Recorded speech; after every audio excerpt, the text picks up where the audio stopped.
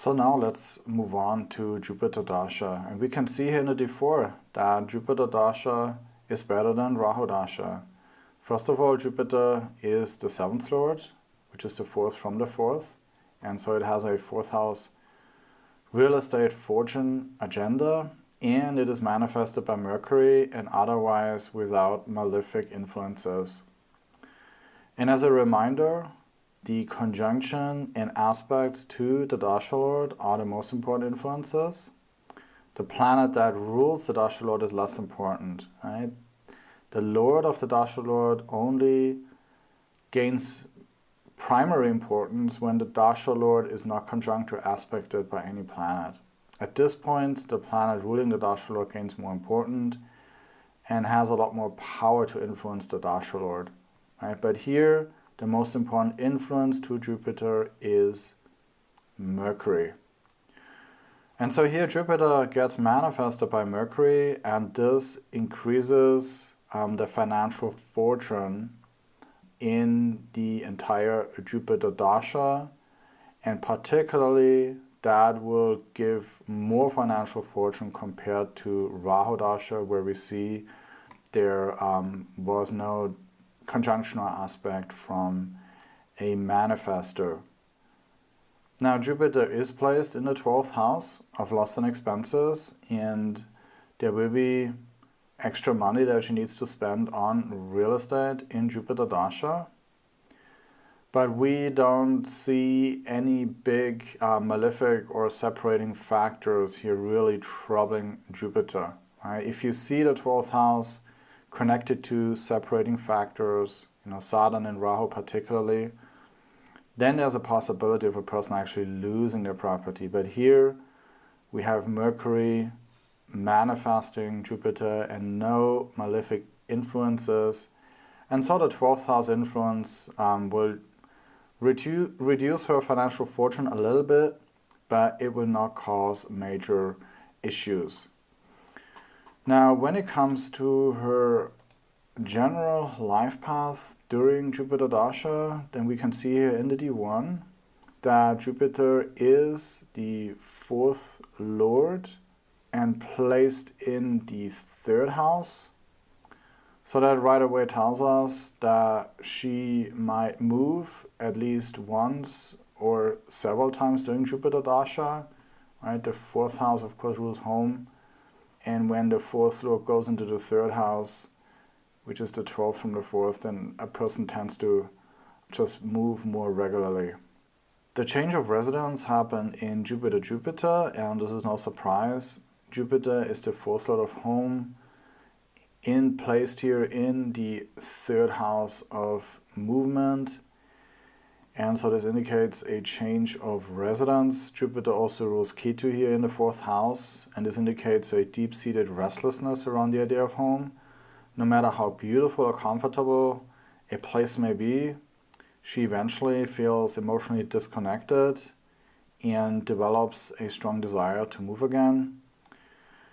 And this tendency becomes bigger by the fact that Ketu's ruler Jupiter is in the 3rd house, which is of course here the 12th from the 4th, indicating loss or detachment from home. And so as a result, this person finds it quite easy to let go of their current living situation and start anew somewhere else. And so in Jupiter, she and her husband move somewhere else. They sell their house and move somewhere else, but are not able to actually buy a new house. The Dasha doesn't allow them to buy a new one right away. So now let's have a look in the D4 to understand why. Well, first of all, Jupiter is here in the 12th house, causing the sale of their old house.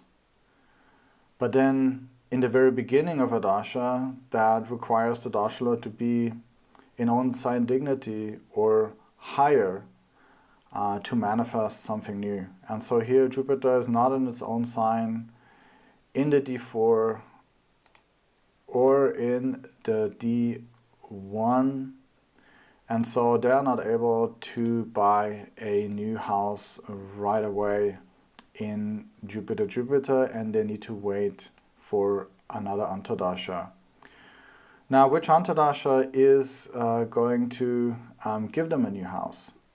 Well, ultimately that's not really that difficult to determine, because in the D4, Jupiter is only manifested by Mercury.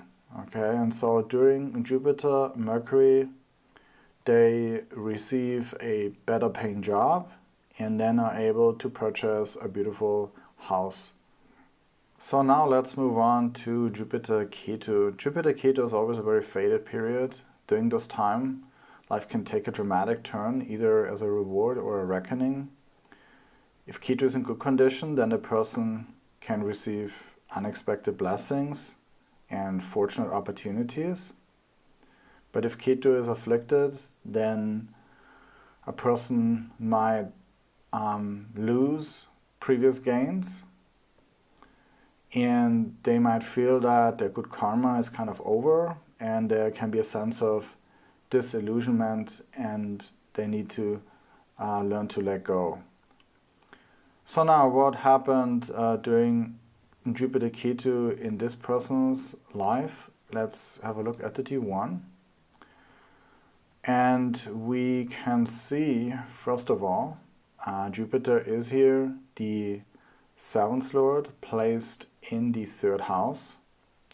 There's a classical yoga that says if the 7th Lord is in the 3rd or 11th house, it can indicate separation or divorce. When the 7th Lord is in the 3rd house, a person's interests, goals, and ambitions, they evolve to such an extent that they feel the need for a new partner who is, more closely aligned with their sort of current mindset. And when the 7th Lord is in the 11th house, the person's long-term vision sort of changes, and that can create a desire to be with someone who shares that similar outlook on the future. And so this might come as a surprise, right? Since we commonly associate difficulties in relationships, with the 7th Lord connected to the 6th, 8th, or 12th house. But in these cases, it's not, meaning when the 7th Lord is in the 3rd or 11th house, it's not really conflict or hardship that causes separation. It's more about personal growth and shifting priorities. But as always, don't rely on just one technique. Study the whole chart carefully and be sure to always consider the D7 and D9 for deeper insights into the relationship and marriage. So here we can see in the D1 that she got the 7th Lord Jupiter in the 3rd house.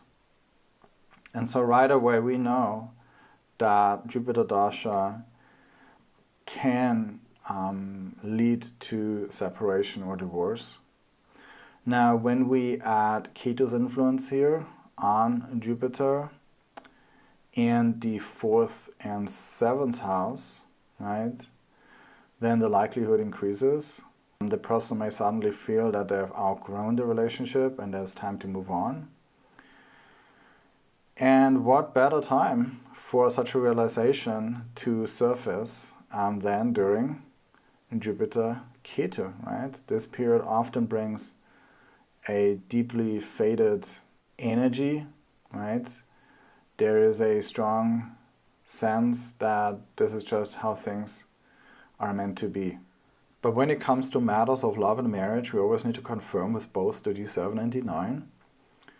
In a woman's chart, the D7 is especially significant in the first half of life because it indicates marriage in the context of family life and child rearing, which happens with the support and influence of the husband. However, as she moves into her 40s and beyond, this is when the male and female hormones and energies begin to balance. Her perspective on marriage is also going to shift. And then it becomes less about shared responsibilities and more about her individual life and purpose. And that's when the D9 takes center stage, right? In the later stages of life, a woman needs to feel that the marriage supports her personal growth and aligns with her own deeper sense of purpose in the world for it to be fulfilling and sustainable. And so let's have a look now in the D7. And here we can see that Ketu is conjunct the 12th cusp and points towards the loss of the relationship. Since Rahu Dasha, Jupiter has been able to protect the relationship as the only benefic influence to Rahu. And Jupiter has been able to save her from a breakup. But this time the situation is different. In Jupiter Dasha, Jupiter is completely surrounded by malefic influences.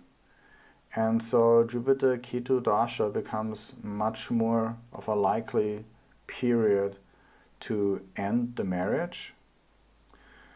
But now as she got older, we also need to consider the D9 as well, because the D9 really has to do with her personal evolutionary journey and her desire that the marriage aligns more deeply with her own needs and her higher purpose in life.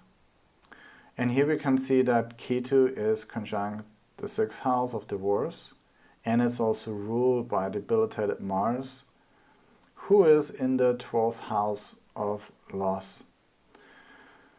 Now luckily there's also the 10th house here involved that definitely gives some stability, and she was able to maintain control of the situation. The 5th house gives her some luck in the process, but now at the age of 39 she can't deny the lack of support her marriage provides for what she wants to do as an individual. We can see here that Ketu is in really bad shape, debilitated. It gets also further weakened here by the waning moon. And Venus here can, really only provide some relief and comfort. Perhaps that might point towards, indulging in a bottle of wine or something like that to temporarily numb her sorrows. But Ketu's condition here is extremely concerning. The only help that Ketu gets is from the moon, and that is because the moon is manifesting its Lord Mars, who is the Lord of Ketu. And so the moon here gives her some emotional strength to handle the situation, but then of course at the same time there's Saturn and the Sun who separate her again from this strength. So now let's also look at the D4 and see if real estate could potentially be connected as well to a possible breakup. And so here we can see that Ketu is connected to the 7th house and her partnership. Ketu's Lord Jupiter is in the 12th house and hence here at a loss. And so in the D4 there's a theme of endings and losses connected to real estate, financial fortune, and her marriage. And so what happened, they got divorced, and as part of their divorce settlement they both moved out of the house and decided to sell it. So now let's have a look again into her D7, and we can see that while Jupiter was able to hold the marriage together in Rahu Dasha, in Jupiter Dasha he wasn't able to do so. He had to fight against 4 malefic planets all by himself. In the D9, which became more and more prominent as she got older, we can see here that Ketu is completely afflicted by its debilitated Lord Mars and its conjunct to 6th house, and marriage for her, or the end of marriage for her, became absolutely necessary because she had no hope that it can support her in the second part of life, which she felt she wanted to dedicate to her own personal development and purpose. And for her home, that meant that with Ketu's Lord Jupiter in the 12th house, that she had to sell it. Okay. Luckily, Jupiter is the Dasha Lord and is in pretty good condition. It is only aspected and manifested here by Mercury, and so without any malefic influence whatsoever. And so this Jupiter here is not going to allow for anything terrible to happen to her financial fortune during its Dasha. But it is still in the 12th house of loss. And so during Jupiter Ketu, they decided to sell the house as part of the divorce settlement, but then also equally split up the money that they get from the house.